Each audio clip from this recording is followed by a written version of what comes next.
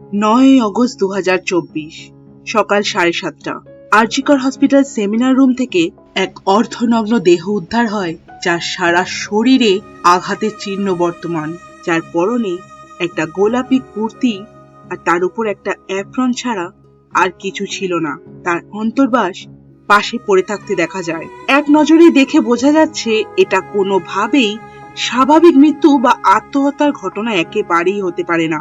দেখেই বোঝা যাচ্ছিল কতটা নৃশংস আর পাশবিক অত্যাচার করা হয়েছিল, কি ভয়ঙ্কর যন্ত্রণার মধ্যে দিয়ে তার শেষ সময়টুকু অতিবাহিত হয়েছিল। এখন প্রশ্ন হলো, এই মৃতদেহটি কার? কিভাবেই বা হসপিটাল সেমিনার রুমে এই ঘটনা ঘটলো? কারাই বা এই নৃশংস কাণ্ডটা ঘটিয়েছে? চলো দেখে নেওয়া যাক আর.জি. কর ডক্টর ডেথ। প্রথমেই জানিয়ে রাখি, যে নামটার উল্লেখ এখানে করা হয়েছে সেই নামটা আদতে আসল নাম নয়, কারণ আমাদের দেশের আইন অনুযায়ী ভিকটিমের নাম জনসম্মুখে আনা যায় না, আর সেটা ক্রিমিনাল অফেন্স হিসেবে গৃহীত হয়। কলকাতার বেশ কিছু নামী হাসপাতালের মধ্যে এই আর.জি. কর মেডিকেল হাসপাতালও পড়ে। 31 বছর বয়সী অভয়া এখানে জুনিয়র ডাক্তার হিসেবে কর্মরত ছিলেন। অন্যান্য আর 5টা দিনের মতোই বৃহস্পতিবার অভয়া প্রায় 36 ঘন্টার ডিউটি করে রাত্রেবেলা 12টা নাগাদ তার সহকর্মীদের সঙ্গে চেস্ট ডিপার্টমেন্টের সেমিনার রুমে আসেন। সেখানে তার সহকর্মীরা, যারা তখন নাইট শিফটে ছিল, তারা সেখানে বসে অনলাইনে খাওয়ার অর্ডার করে তাদের ডিনারটাও সেরে ফেলেন। আর এরপর যে যার ডিউটিতে চলে গেলে অভয়া সেখানে ঘুমিয়ে পড়েন। আর সকাল 7:30 নাগাদ তার মৃতদেহ এই সেমিনার রুমেই পড়ে থাকতে দেখা যায়। প্রাথমিক তদন্তের রিপোর্ট অনুযায়ী ভোর 3টে থেকে 6টার মধ্যে অভয়া শেষ নিঃশ্বাস ত্যাগ করেন। অভয়া আর.জি. করে এসেছিলেন মুমূর্ষু রোগীদের জীবন যুদ্ধে জিতিয়ে দেওয়ার জন্য, কিন্তু সেই কর্মক্ষেত্রেই সে নিজের জীবন যুদ্ধে হেরে যাবেন একথা সে কেন তার পরিবারও কোনোদিন কল্পনাও করতে পারেননি। ঘটনার শুরুর দিকে হাসপাতাল কর্তৃপক্ষের থেকে পুলিশের কাছে অভিযোগ দায়ের করা হয় হাসপাতালে একজন জুনিয়র ডাক্তার আত্মঘাতী হয়েছেন, কিন্তু পুলিশ তদন্তে নামবার পর এটা জানতে পারে যে এটা নেহাতি কোনো আত্মহত্যার ঘটনা নয়। তখন পুলিশ তৎপর হয়ে পড়ে দোষীকে খুঁজে বার করবার জন্য। ইতিমধ্যে ছাত্রছাত্রীরা বিক্ষোভ দেখাতে শুরু করে। সারা বাংলায় দলে দলে ডাক্তারেরা আন্দোলনে নামে তাদের সুরক্ষার প্রশ্ন নিয়ে। আর এরই মধ্যে অভয়ার পোস্টমর্টেম রিপোর্ট চলে আসে। এই পোস্টমর্টেম রিপোর্ট নিয়ে বিভিন্ন মাধ্যমে বিভিন্ন রিউমার ছড়াতে থাকে। তোমাদের জানিয়ে রাখি, এই পোস্টমর্টেম যতটা স্বচ্ছ রাখা যায় ততটাই স্বচ্ছ রাখা হয়েছিল, কারণ এই পোস্টমর্টেম হয়েছিল অভয়ার মা, তার 2 সহকর্মী এবং একজন ম্যাজিস্ট্রেটকে সামনে রেখে। আর পুরো পোস্টমর্টেমটাই রেকর্ড করা হয়েছিল, আর সেই রেকর্ডিং অভয়ার পরিবারের হাতে তুলে দেওয়া হয়। আর এই পোস্টমর্টেম রিপোর্টে অভয়ার শরীরে বেশ কিছু ক্ষতচিহ্নের উল্লেখ আছে, তার শরীরে সিমেনের উপস্থিতিরও উল্লেখ আছে, আর তার যৌনাঙ্গ ক্ষতবিক্ষত হয়ে রক্তক্ষরণ হয়। এর থেকেই বোঝা যায় অভয়ার উপর কতটা পাশবিক অত্যাচার করা হয়েছিল। কিন্তু অদ্ভুতভাবে কলেজের প্রিন্সিপাল মন্তব্য করেন যে একা একটা মেয়ে রাত্রেবেলা সেমিনার রুমে একা থাকা মোটেই উচিত হয়নি। এইরকম ঘটনা আমাদের দেশে হয়েই থাকে, যেখানে দোষীকে খুঁজে বার করার আগে নিপীড়িতার উপরই আঙ্গুল তোলা হয়। আর আজ এই কারণেই আমাদের দেশে বহু এরকম ঘটনা পুলিশের দ্বারস্থই হতে পারে না, নিজেদের লজ্জার ভয়ে। তবে আর.জি. কর মেডিকেল কলেজের প্রিন্সিপাল সন্দীপ ঘোষ কিন্তু এই কথাটা নাকচ করে দিয়েছেন, যে তিনি বলেন তিনি মোটেও এরকম কোনো কথাবার্তা বলেননি, এগুলি শুধুই গুজব রটানো হচ্ছে। একা ছিল কেন বলে সন্দীপ ঘোষ বলেছে, এইগুলো সমস্ত মিথ্যে। কিন্তু আমরা এর আগেও বিভিন্ন সংবাদ মাধ্যমে আর সোশ্যাল মিডিয়াতে এই সন্দীপ ঘোষের বিরুদ্ধে বিভিন্ন রকম দুর্নীতির অভিযোগ দেখতে পাই।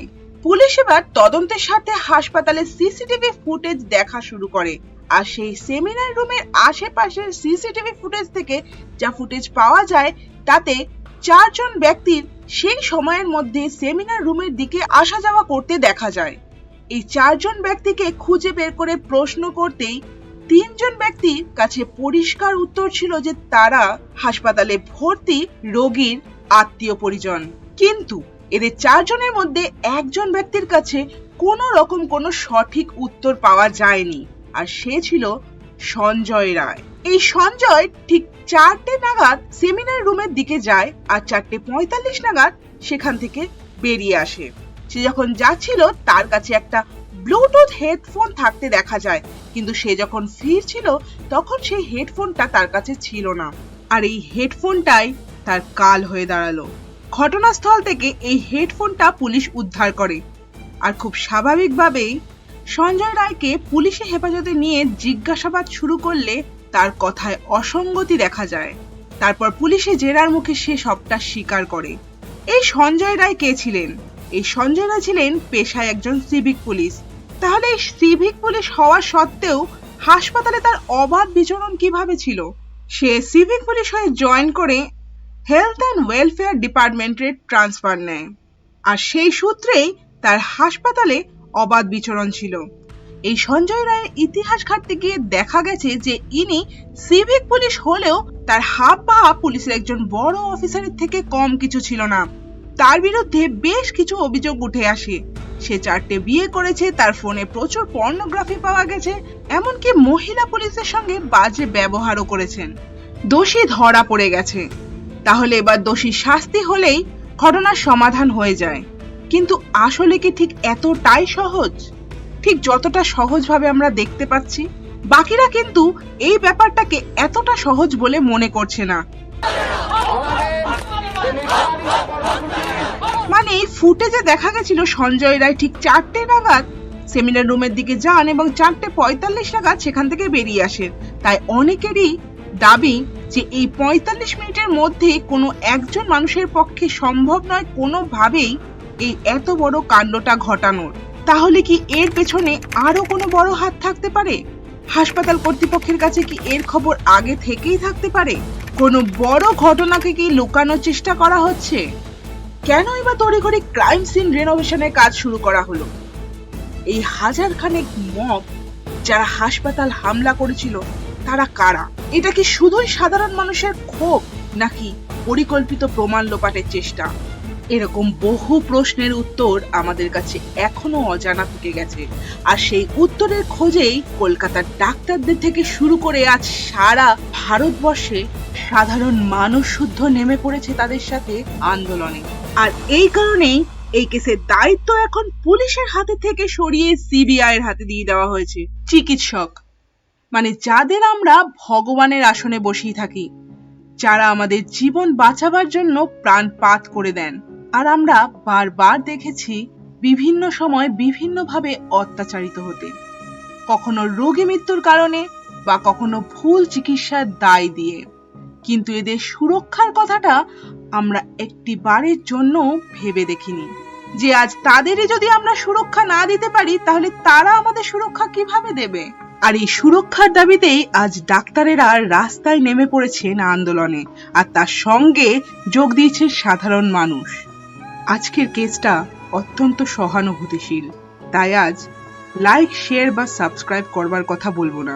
শুধু এটুকুই বলবো যে এই অপরাধের পিছনে যে বা যারা আছে তাদের যেন দৃষ্টান্তমূলক শাস্তি হয়, যাতে আগামী দিনে আর কেউ এরকম কোনো ঘটনা ঘটাবার আগে 10 বার চিন্তা করে।